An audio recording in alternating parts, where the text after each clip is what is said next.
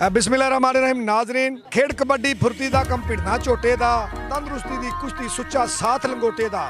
पंजाब दी धरती अणखी गभरू जवाना दे नाल भरी हुई है, बल्कि हुण ते बहुत घट ने ते बहुत घट प्लेयर रह गए ने। कबड्डी दे एक वक्त सी जो कबड्डी जिहड़ी है पिंडां दे विच सारे मुंडे खेडदे हुंदे हन जवान, लेकिन अफसोस इस गल दा कि हुण नवीं जनरेशन जिहड़ी ओह सोशल मीडिया दे मगर मोबाइलां दे विच लग गई। दुख इस गल दा ते इस दौर दे विच जदों रंगीन तुहानूं तस्वीरां दिसण नूं मिलदियां ते अपने आप नूं कंट्रोल करना बचना बड़ा मुश्किल है। अपने आप नूं दुनियादारी दी बुराइयां तो बचाना, अपने आप नूं ताकतवर रखना, दुनिया दे उत्ते दिलां दे उत्ते राज करना ये बहुत मुश्किल है। इस दौर दे विच हो गया बड़ा कंपीटीशन है, क्योंकि दुनिया बड़ी हो गई है जिहड़ी सोशल मीडिया ते काम करदी है।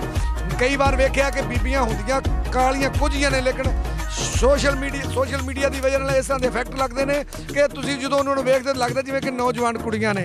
अब मेरे सामने तुसीं वैसे जी रोमान जट्टी है ना, मुखो जट्टी, ये तो वैसे ही अल्लाह इनू बड़ा हुसन दिता, जट्टां दी धी है। तो मेरे खब्बे पासे पंजाब की धरती का सुपरस्टार सहेल अनवर गोंदल। सहेल अनवर गोंदल साहब, एक कबड्डी का तुहानूं शौक किस तरह पिया? शौक शुरू में तो कोई ना सी, जिस टाइम वेख्या कि कबड्डी नवाम इतना प्यार कर दी है, फिर मैंने भी शौक पैदा हो गया। और घर तो बिल्कुल स्टार्ट में कोई नहीं सी सपोर्ट, पर आस्ता आस्ता जिस टाइम गेम अच्छी हुई है फिर घर वाले ने सपोर्ट की है।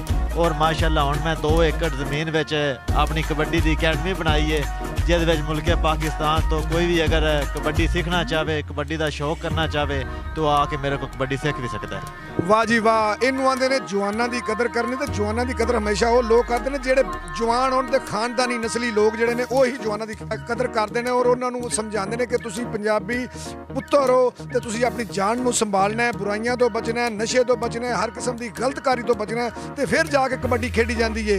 मैं गोंदल साहब मैनूं ये दसो कि अज तक तुसीं किन्ने वड्डे जिहड़े मैच ने जिहड़े नैशनल लेवल दे, या क्योंकि मैं पंजाब कबड्डी टीम च खुद भी खेडे और पाकिस्तान के अलहमदुल्ला हर जिले दे खेडी, मैं डिवीजन की जिले की नुमाइंदगी की, पहलों कबड्डी खेडी फिर कबड्डी की कमेंटरी की।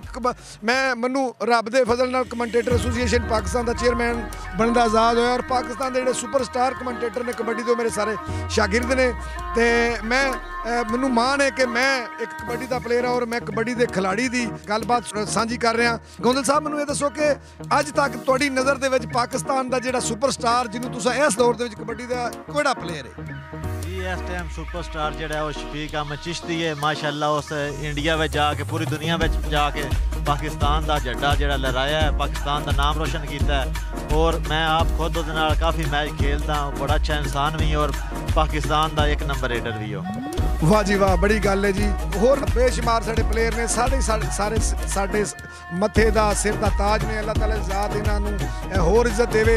साडे पंजाब की धरती दे अणखी गभरू जवान जिहड़े ने ओह नाज़रीन अज तुहाडे सामने अलहमदुलिल्लाह अपने अपने विचार साझे पे करदे ने। असी जनाब सहेल गोंदल साहब का शुक्रिया अदा करने कि साडी इस बैठक च आए। असी किसी दिन स्पैशली रहमानी न्यूज़ ते कोई प्रोग्राम रख के ते कबड्डी दे जिहड़े प्लेयर ने उन्होंने बुला के ते इंशाअल्लाह ताला तुहाडे नाल गलबात करांगे जी। कोई नवी जनरेशन वास्ते, नौजवानों वास्ते कोई मैसेज?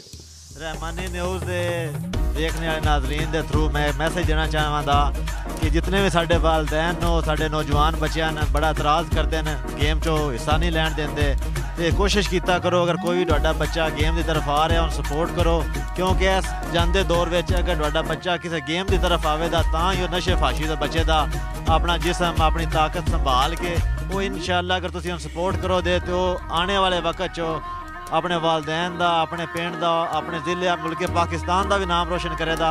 और मैं इस चीज़ मद्देनज़र रखते हुए अपने पिंड स्टेडियम बनाया, ग्राउंड बनाया कि अगर किसी दोस्त शौक रखने हैं, अगर घर तो सपोर्ट नहीं तो मेरे को आ सकता है, मैं उसको ग्राउंड भी देंदा, रैश भी देंदा, और जितनी हो सके उसको पूरी सपोर्ट करांदा ताकि वो अपना शौक पूरा करे और पाकिस्तान का नाम रोशन करे। बहुत शुक्रिया, मेहरबानी जनाब सहेल अनवर गोंदल साहब। तुसी वाकई एक खानदानी ते नस्ली होने दे नाल एक अच्छे खिलाड़ी हो। अल्लाह ताला ज़ात तुहानूं हयाती देवे और तुसी जवानों की कदर कर। मैं हमेशा आना होना कि खानदानी ते नस्ली लोग ही जवानों की कदर करते हैं। घोड़े आंदे ने कि मझी घर वरियामा ते घोड़े घर सुल्ताना, जिहड़े सुल्तान दिलों के सुल्तान बादशाह लोग ने वही हमेशा लोगों के दिलों के उत्ते राज करते हैं। मैं सहेल अनवर गोंदल का मशहूर हाँ कि साड़ा बच्चा है, साड़ा शागिर्द है, जिन्हें पूरी दुनिया के दिलों के उत्ते राज किया, कबड्डी की दुनिया ਦੁਨੀਆ 'ਚ ਜਿਉਂਦੇ ਰਹੋ ਜੀ।